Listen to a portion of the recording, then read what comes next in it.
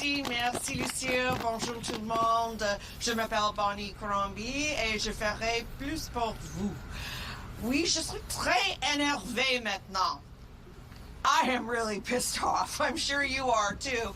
Here out in the cold, and why? Because we have an unnecessary and very expensive election at $189 million, money that could have been invested in our healthcare system. And why? Because Doug Ford's not protecting jobs. He's called an election so he can protect his own job. That's the only job he cares about. He doesn't care about Ottawa.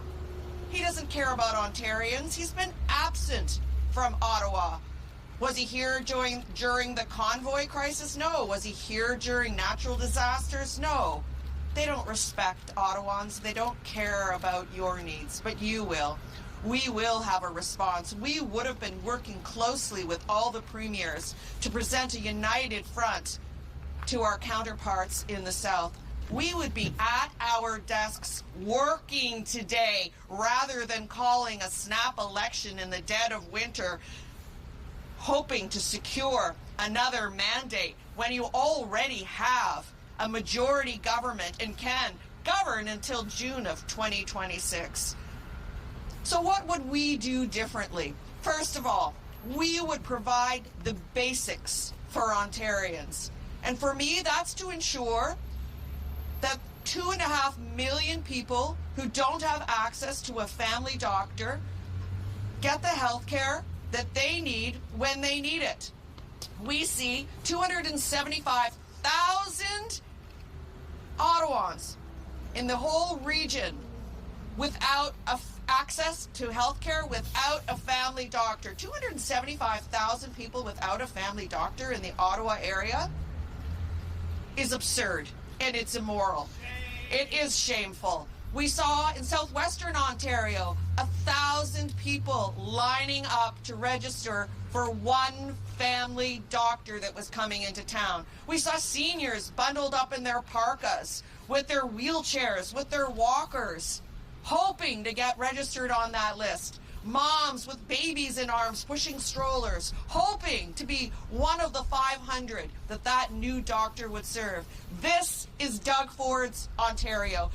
Doug Ford has failed. He failed to provide the basics for Ontarians. You know, if everyone had access to a family doctor, you could get access to your hospital and get the care you need faster. Well, we saw in Chio, wait times of over 17 hours. Imagine your sick child waiting for care. All the hospitals in the Ottawa area, you are waiting hours and hours for care. So we would properly fund our healthcare system. We have a plan that will invest $3 billion, which incidentally is about the same amount as those pre-election checks everyone is receiving. And we would put that into healthcare. We would put that into hiring 3,100 family doctors to ensure that you get the healthcare that you need. We would invest in healthcare. We would also cut your taxes. We'll cut small business taxes from 3.2% to 1.6%, and we'll cut income tax. That's right, on anyone earning $75,000 or less, and we'll take the HST off home heating and hydro. I ask you, is your life more affordable today than it was 7 years ago before Doug Ford?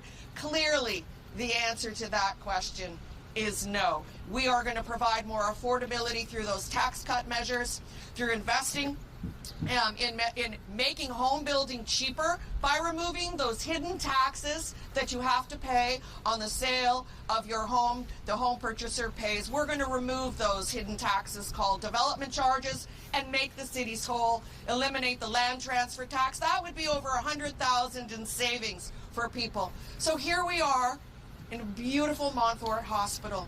The service that Franco-Ontarians receive is critical. We need to increase French language doctors, more access at hospitals like Montfort that provide care and access for our Franco-Ontarian community. That's important to me.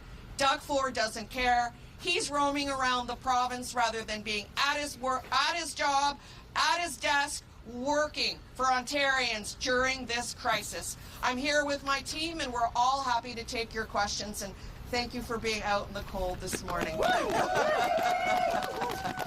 Okay, amazing. I could ask the media to line up here. One question, one follow-up. Please state your name and outlet first. Thank you. Good morning, everybody. Hi, Bonnie. Nice to see you. You as well. I'm Charlie Pinkerton from the Trillium. So today, in response to the U.S. tariffs, the Ford government is removing American products from LCBO shelves. So I'm wondering, if you're elected premier while the tariffs are still in place, would you continue this pause on the sales of American liquor? And are there any other retaliatory actions that you would take while running the government of Ontario to sort of put the pressure on the U.S.? And then on a related note, because I have a few questions here, I'm just wondering what you think of the fact that the firm hired by the Ontario government has close links to the premier and his strategist? Well, they have now a strategic partnership with the campaign manager of the premier, so I would like to know your thoughts on that use of government funds. Thanks for the question. I'd like to see the premier's plan. He knew this tariff threat was coming. He knew 500,000 jobs were at risk. He's failed to diversify our economy. He's failed to bring stimulus into the province. He's failed to bring investment into this province that would set us up for growth and to create jobs. Where's the plan? He's going to remove American brands off the shelves of the LCBO. Okay, I get you. Fine, great, support that. Where's the rest of the plan? Where's the stimulus for our industries? What about job? People are afraid. People are angry. They're worried about losing. Right now, they're struggling. They're worried about paying rent and putting food on their table today. Today. And now they're worried about losing their job, too. He knew this threat was coming. Why didn't he prepare us? Where is the plan? Where has he been? Where is he? Because he's not at his desk doing his job. So do I support retaliatory tariffs? Absolutely I do. And I would take a very firm response. But you know what? We need a United Team Canada approach. We need to all work together. I think he is chair of the Federation, but he didn't give the official response yesterday. Where was he? Roaming around the province, campaigning in the middle of a crisis? This is not the time to call an election. No other premier would do that. With response to you know, the strategic ties that are created with Rubicon and Corey tonight, it is so like Doug Ford to take care of his rich friends and rich insiders first, rather than the people of Ontario, to provide the very basics for people, like the health care they need. You know, Doug Ford said he'd end hallway medicine 7 years ago. He didn't get it done. Doug Ford said he'd cut your taxes 7 years ago. He didn't get it done. Doug Ford said he would build 1.5 million homes. He didn't get it done. Me, this team, we will get it done. Count on Ontario's Liberals. And on the healthcare front, in recent years, BC and Alberta have both introduced new, essentially compensation models for family doctors, and those seem to be well received by family doctors in those provinces. Is that something that's on the table for the Liberals if you go to government? You betcha. I mean, we need to reform access and improve access to family medicine, and that means recruiting 3,100 doctors. That also means compensating them better to attract the more than 6,000 family doctors that have left family medicine for either other disciplines or going into the hospital. We need them back, and certainly their compensation would be part of that plan. But you know, there are other provinces that have gotten it right. BC builds 75% more homes than we do. Alberta, 32% more homes. Quebec, 26% more homes. Ontario's the only province that hasn't figured out how to build housing. Our construction jobs have left this province for other provinces. Our manufacturing jobs have left this province for other provinces. And probably many of our doctors left as well. We need to invest in our healthcare system. That is my pledge. That is my number one concern. The Ontario Liberal team, we will ensure that we will invest in healthcare and pledge that you will have access to a family doctor within 4 years. Thanks, Ms. Crombie. Marco Vigliati, Politics. You said the premiers are responsible for calling an election, knowing that these tariffs were going to come into place, basically saying Ontario's caught flat-footed because he can't respond because the legislator isn't sitting. The House of Commons also isn't sitting because the Prime Minister made a decision to prorogue Parliament. Do you think that decision is irresponsible? Do you think the House of Commons should be recalled? So let me say, first of all, that I think you're absolutely right. Doug Ford got caught with his pants down. He has no plan, and he has not prepared us or our economy for the tariff threat that has been looming. I think he should be at his desk and working today, not calling an election. I think there's a little different situation federally, but we would need to work very closely and align our responses with the federal government and their response. In terms of retaliatory tariffs or responses, Ontario has that $100 million deal with Starlink, which of course is owned by Elon Musk. Is that something you would scrap as part of a response to the Trump tariffs? Yes. First of all, I would never have signed the deal with Elon Musk at $100 million when we know the similar technology exists right here in Ontario. So again, Doug Ford, catering, pandering to U.S. interests. He loves to do these deals. He's a terrible businessman. That is a terrible deal, wasting $100 million on Starlink technology when that technology exists right here, right now. And yes, I would rip up that deal. Thank you. Bonjour, Félix Dion de Radio-Canada. Je vous demanderai premièrement, justement, la riposte de Doug Ford à Donald Trump. Qu'est-ce que vous en pensez du fait qu'il a enlevé l'alcool américain de la LCBO et qu'est-ce que vous auriez fait de plus? Est-ce que vous croyez qu'il va assez loin là-dedans? Pardon, j'ai de la misère à parler, fait froid. So what do we do in addition to removing the alcohol from the LCBO? Maintenant, je comprends, mais je parle espagnol. Yeah, I'm not quite fluent enough, but I certainly understood your question. We need a strong position.